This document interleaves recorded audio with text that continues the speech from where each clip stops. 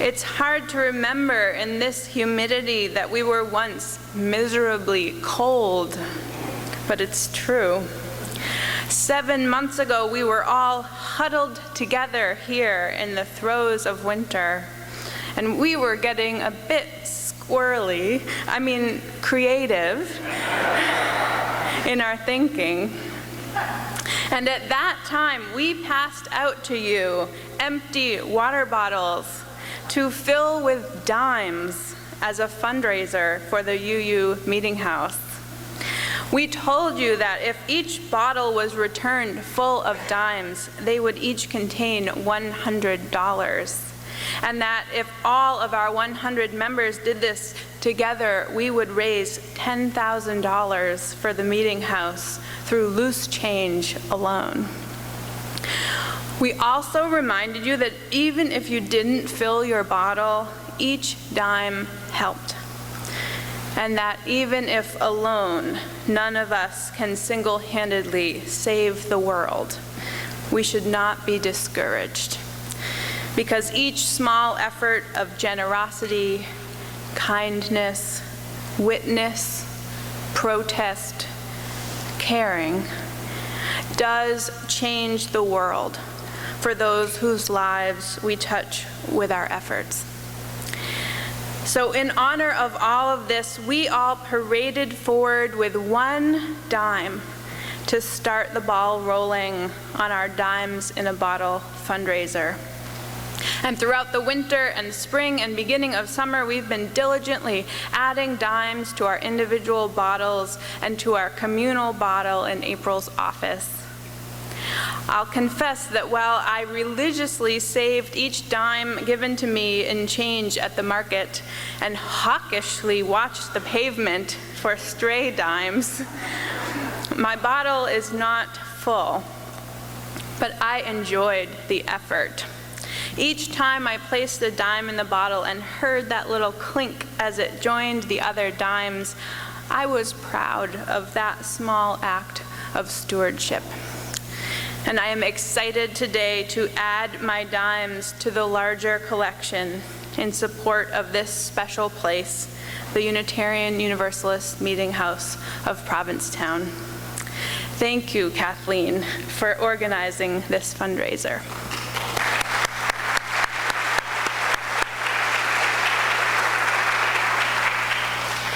None of us alone can care for this place and preserve it for future generations, but together we can. What a blessing, both to offer and to receive. And now, as Brenda plays If I Could Save Time in a Bottle, I invite you to bring your bottles of dimes forward, and we're going to display them proudly. Visitors should know we've also asked folks to decorate these, so the more creative folks have, and we're going to display them on these two pillars. Let's try to come down the center aisle and return to your seats through the side aisles, so if those folks on either side can come to the back. We'll try that. We'll see how it works. All right, hit it.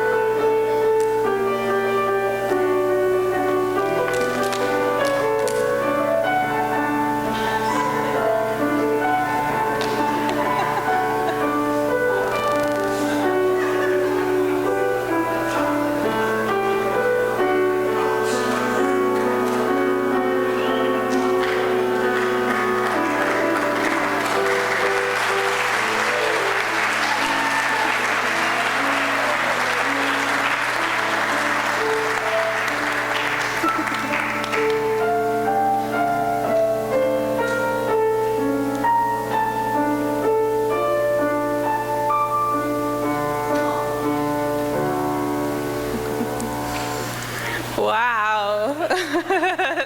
Amazing. Thank you all. And of course, if you forgot your dimes at home, we will accept them later in the week and then in the coming weeks. This morning's prayer is by Leif Seligman.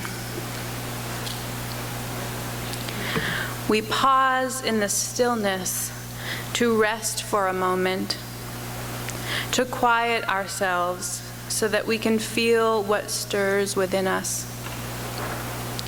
Each breath draws us closer to the pulse of life, and with each exhalation, we make room for something new.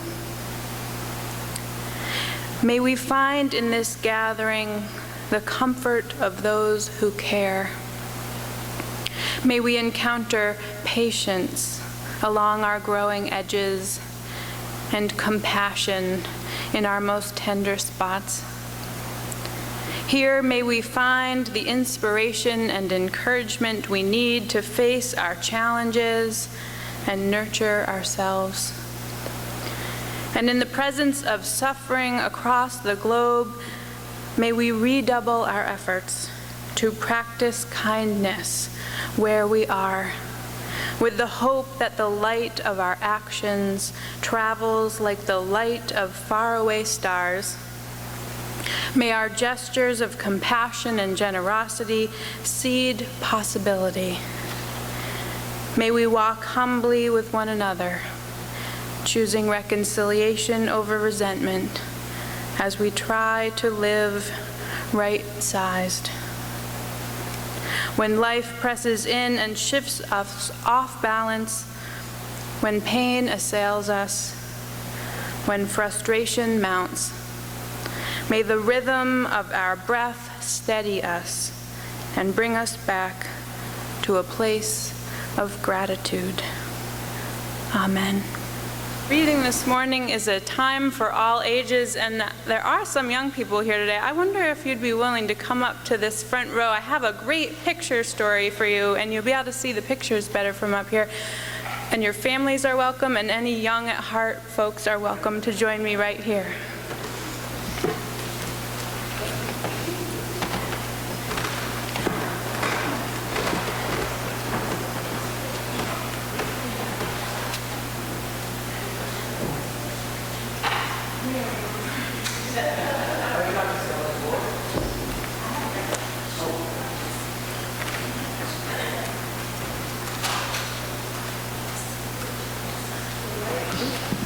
There's a pew here, there's the floor, there's chairs. Oh, good. We have a crowd.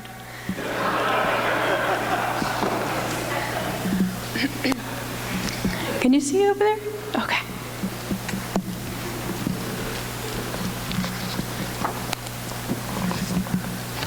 I'm going to read you this book I found this week called The Moose Belongs to Me.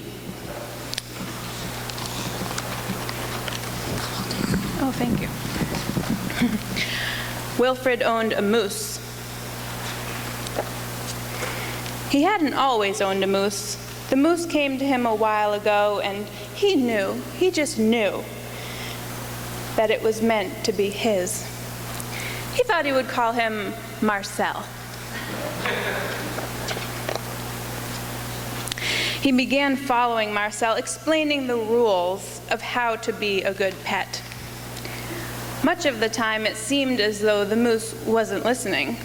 But Wilfred knew he was, mostly because he followed rule number 4 very well, not making too much noise while Wilfred plays his record collection. Sometimes the moose wasn't a very good pet. He generally ignored rule number 7, going whichever way Wilfred wants to go. The moose had a very good sense of direction, and Wilfred did not. And because the moose was particularly poor on rule number 7, subsection B, maintaining a certain proximity to home, Wilfred quickly learned to bring some string along on their outings so he could find his way back again.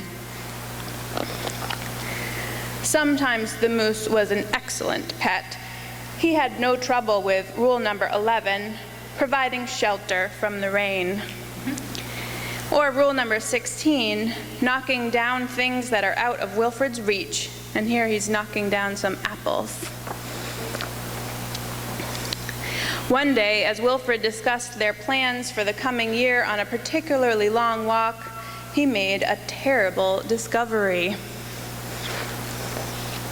Someone else thought she owned the moose. And here there is a purple-haired old lady saying, "Rodrigo, you're back!" Wilfred was dumbstruck. This moose was Marcel, not Rodrigo. The old lady was mistaken, and Wilfred thought it only proper that he correct her. "This moose belongs to me," he explained. And to prove it, he called Marcel, "Heel." But the moose did not respond. He seemed more interested in the old lady, who in this picture is giving him an apple. "Good Rodrigo," she says. Fine. Embarrassed and enraged, Wilfred rushed off for home. But in his haste and miles from anywhere, he tripped over his string and got tangled up. And there he lay. Wilfred was beginning to get a little bit worried. It was getting late and the monsters would be out soon. He had just ruled out the last of his options when along came the moose and performed rule number 73 brilliantly, rescuing your owner from perilous situations. All was forgiven, and perhaps, Wilfred admitted, he'd never really owned the moose anyway. With that in mind, he and the moose reached a compromise. The moose would agree to all of Wilfred's rules whenever it suited him. And on the last page, there is an older man who looks like a priest. Do you think that's a priest? Mm-hmm. And he's saying, "Dominic, you're back. And you brought me an apple." Thank you. Today we talk about ownership. What belongs to us? What belongs to the world? While society wrestles with a shift from patents and copyrights to a sharing economy and open source design, how do we navigate our own beliefs and changing beliefs? How do we reconcile that our moose named Marcel is also someone else's moose named Rodrigo? I'm not the only one who is wondering if a shift in thinking is happening around the ideas of ownership. Danielle James of the Huffington Post says, "The idea of ownership is rapidly changing. As society continues to advance, technology has spearheaded the transformation of the way we work, live, and play." She points to co-working spaces where people who used to work at home or suffer long commutes to company headquarters now share office space close to home and share resources with others in the same boat from different companies. She points to companies like Airbnb, a website that allows users to rent out their homes or rooms in their homes, and platforms like Lyft that allow users to share their cars, or Zipcar, where you have access to a whole fleet of vehicles if you subscribe. Subscription models have also altered the way we consume and collect music. She says, "Gone are the days where we had CD towers for our ever-growing music library. Now we can use Spotify and Pandora to access almost any song or any album at any time, and which introduce us to new music that we might also like." Last spring, when I was visiting friends in Washington, D.C., I know we have several folks from that area today, we got around the city on bikes that we accessed from racks all over the city for an hourly rate. There are now over 500 bike sharing programs worldwide. The great thing about subscription models on tangible items like bikes says James, is that one only possesses the item in the moment for that specific need. With the bike sharing program, you pick up the bike, ride it, and drop it off at your location. And now you have the luxury of not having to worry about the bike. You don't have to lock it up, worry about it getting stolen. And if the weather or your temperament changes, you aren't even obliged to ride it home. I've been talking to a lot of you who have been downsizing lately. It's a congregational theme this year, I think. Some of you are in the process of it right now, and I wonder if this is changing your ideas about ownership, about what you need to have for your very own, and what it would be okay to just borrow or rent if the need arises, or what you can simply do without. For a while there, it seemed like the American ideal was to have the absolute biggest house and the best car and the most stuff you could possibly swing. And folks went into a lot of debt living up to that ideal. And then that ideal backfired. And all across the country, we saw a crisis of foreclosures and bankruptcy. One startling statistic from Realty Track says that in September 2012, 1 out of every 248 households in the United States received a foreclosure notice. That's a really scary thing. So something had to shift in our thinking about ownership. And you can really see it in the millennial generation. In an article called Why Millennials Don't Want to Buy Stuff, Josh Allen Dykstra writes, to own something in the traditional sense is becoming less important because what's scarce has changed. Ownership just isn't hard anymore. We can now find and own practically anything we want at any time through the unending flea market of the internet. The value has moved elsewhere. Connection is the thing which is now scarce. So purchasing something isn't really about the thing itself anymore. He says, today a product or service is powerful because of how it connects people to something or someone else. There's also a growing sense that communal ownership is an added value. That's the idea behind open source software. Which is more likely to be better, asked Catherine Noyes of PC World, a software package created by a handful of developers or a software package created by thousands of developers? In general, open source software gets closest to what users want because those users can have a hand in making it so, she says. When I think about communal ownership, I think of churches.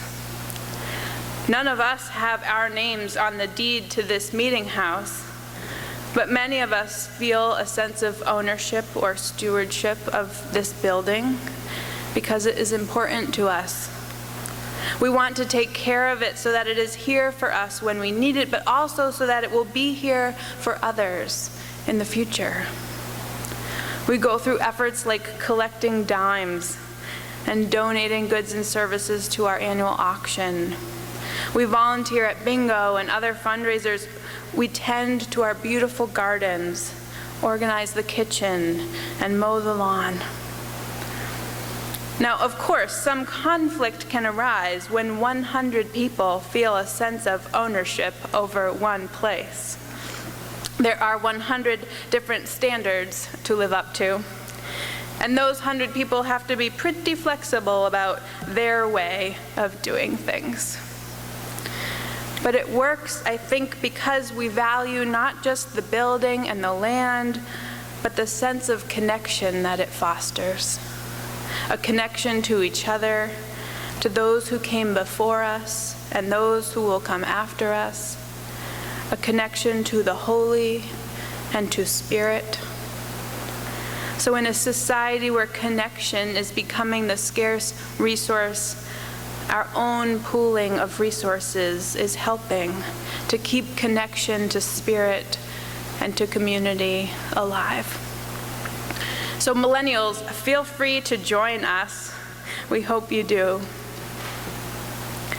I want to get back to Marcel the Moose for a minute. Something important for you to know about the book, The Moose Belongs to Me, is that for the backgrounds of his illustrated vignettes, Jeffers reappropriated classical landscape paintings by a mid-century Slovakian painter named Alexander Dysgursky. So perhaps the book belongs both to him and to Dysgursky, whose grandson gave Jeffers permission to use the little-known artist's work. So even the artwork is being playful with the idea of ownership. And what have we learned by being playful this morning? That it's possible for multiple people to own something, and that many of the things we feel ownership over, we do not actually own, and that many of the things we actually own, we do not actually need, and that it's possible to be good stewards of something while simultaneously recognizing that we are not the sole proprietors of it. But here's an even more interesting question that The Moose Belongs to Me brings up. This is why I really read the book this morning. If we are willing to admit that we are not the sole proprietors of the moose, are we also willing to admit that we are not the sole proprietors of the truth? Because that question is actually the question at the heart of Oliver Jeffers' exploration in The Moose Belongs to Me. Children's stories can be tricky like that. Unitarian Universalism affirms our individual search for truth and meaning. Who decides what is truth? In neither here nor there, The Art of Oliver Jeffers, Richard Seabrook remarks on this recurring theme in Jeffers' art and writing: the concept that something can mean one thing to one person and something entirely different to another. Those of you who are married probably have no problem accepting this premise as true. But think of it too in the religious context. Some of our most dearly held truths about creation are not ideas that are shared around the world, or even by our neighbors. Others have their own truths, just as dearly held. Think of it in terms of the life experiences of people who come from different backgrounds of race, class, gender. A truth about the world that has been proven to one person through lived experience might not line up at all with someone else's life experience. And yet both can be true. Don't let me lose you here while I attempt to explain how Jeffers was influenced by quantum physics. He says, I fell in love with this project by a professor of quantum physics, and through that I discovered the actual theory of duality, which looks at light in particular. Light, when measured in particles, becomes a particle, and light, when measured in waves, becomes a wave. What I took from that, he says, was that it's up to us, then, how we define it. We choose the equipment with which we measure, so therefore it's up to us. If quantum physics isn't your thing, maybe it will help you to know that Jeffers grew up in Belfast in Northern Ireland in the 1980s. Talk about two truths existing in one place. There was a sense of duality I grew up with, he says. Belfast was a split city, really. There was a lot of violence, but there was also a lot of happiness. And really that being the backbone of the culture and the existence in which I grew up and am choosing to get past, I think it leaves its marks way down there. So Jeffers was influenced by quantum physics and the conflict in Northern Ireland. And he was also influenced by his father, who used to tell him, "Your version of the truth is not the same as someone else's."